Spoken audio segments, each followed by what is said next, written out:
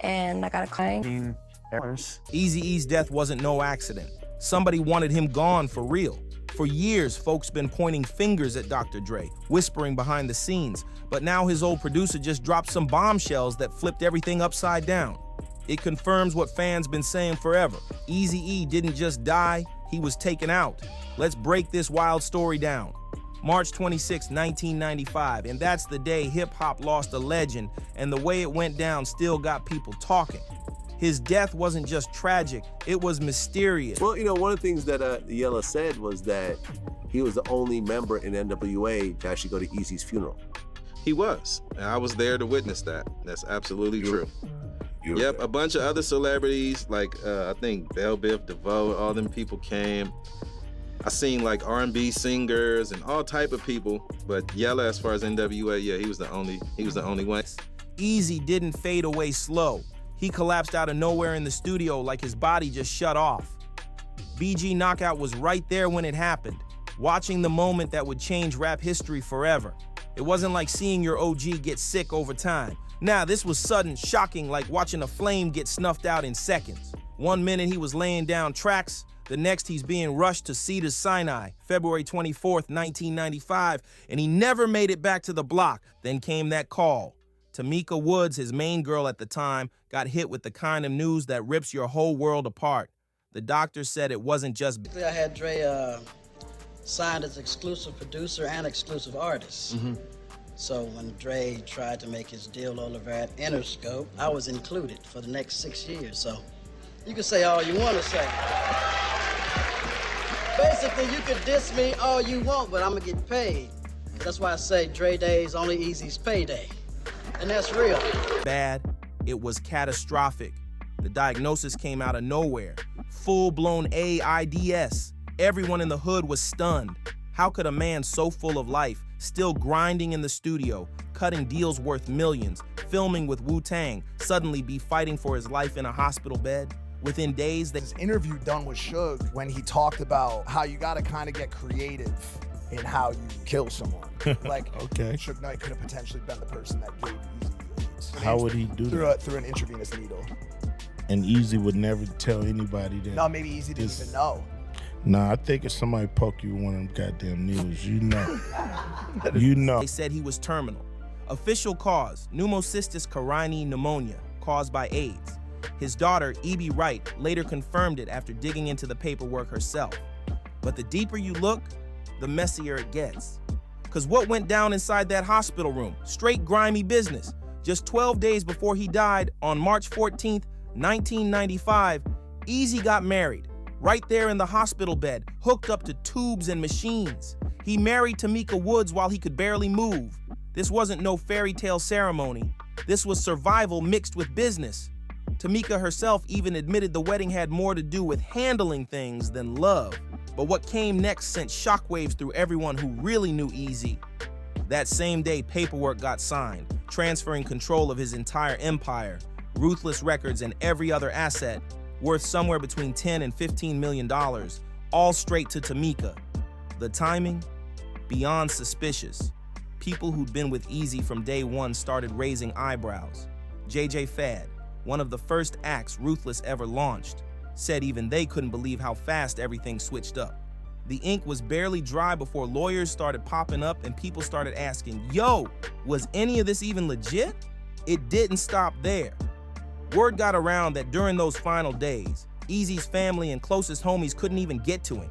Multiple witnesses claimed they were blocked from visiting, like someone was keeping him isolated. That's cold, not even letting his own kids see their pops before he passed. You can imagine how that hit the streets. Folks were furious, suspicious, and heartbroken all at once. Then came the money drama, and it was ugly. Frank Longo, the lawyer who later repped some of Eazy's kids, said the estate was worth over $20 million. But guess what each of Eazy's children ended up getting? $75,000. That's it. While nearly everything else went straight to Tamika, the woman he married days before he died. Let that sink in. Millions of dollars changing hands in the blink of an eye, while his kids were left nearly empty-handed. And the fallout, it's been brutal.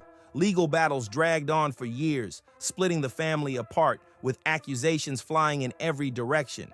BG Knockout, who stayed close with Eazy's people, said the pain from all this still runs deep today. The whole situation feels like a warning, a reminder of how fast power, money, and loyalty can twist when death and greed collide. The more you look at it, the more it feels like Eazy-E's final days were surrounded by secrets no one wants to tell. The way EazyE got cut off from everyone in his final days had people feeling all kinds of ways, like something just wasn't right. Even his funeral showed how deep the divide had gotten. So many of his closest homies and collaborators were missing from that service, and that silence spoke louder than any words ever could. It wasn't just about death. It was about betrayal, confusion, and pain that ripped through the entire hip-hop community. During those last weeks, the questions got heavy. Was Eazy even in the right headspace to make those business moves? Who was calling the shots? Why couldn't his own people get to him? And how did his health crash so fast? All of it sparked decades of speculation, rumors, and wild conspiracy theories that still won't die down.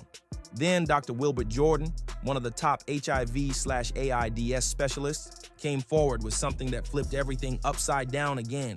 Dr. Jordan dropped info that completely clashed with what people thought they knew. See, one of the biggest reasons folks doubted the official story was that none of Eazy's known partners tested positive for HIV, and that made people say, yo, how could he have caught it naturally? But Jordan explained that HIV can progress differently in different people, and in some rare cases, it can move at lightning speed depending on the strain in the person's immune system. That revelation made things even more confusing and gave conspiracy heads even more reason to dig deeper. To understand why this story hit the street so hard, you gotta look at who Eazy was beefing with in those final years. His feud with the one man who had once been his brother, his business partner, his right hand, Dr. Dre. Their fallout wasn't just a rap beef, it was personal. It was betrayal at the highest level, and it left scars that never healed. Eazy and Dre had started out as brothers from Compton, building something nobody had ever seen before. They didn't just make music, they built NWA, the crew that flipped the whole rap game upside down.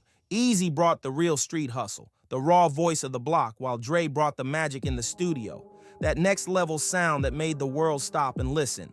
Together, they turned Ruthless Records into a powerhouse. Eazy's street smarts and Dre's production genius built a legacy that changed hip-hop forever. But with that success came ego, money, and mistrust. The cracks started showing in 1990 when Ice Cube walked away from NWA over shady money issues. People thought it was just a one-time thing, until Dre started feeling that same pressure.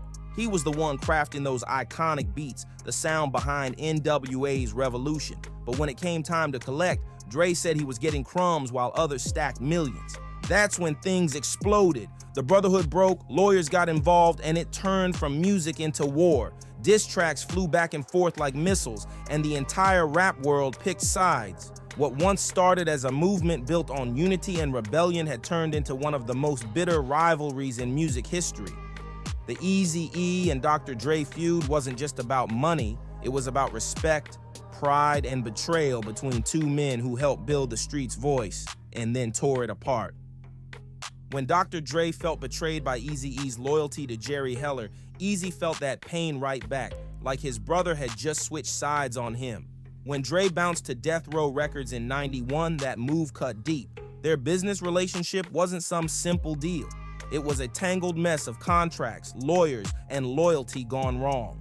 Eazy had Dre locked in as both an artist and a producer under Ruthless Records, which meant even after Dre dipped, Eazy was still legally owed checks from everything Dre dropped. Can you imagine that? Making money off your ex-partner's success while beefing with him publicly?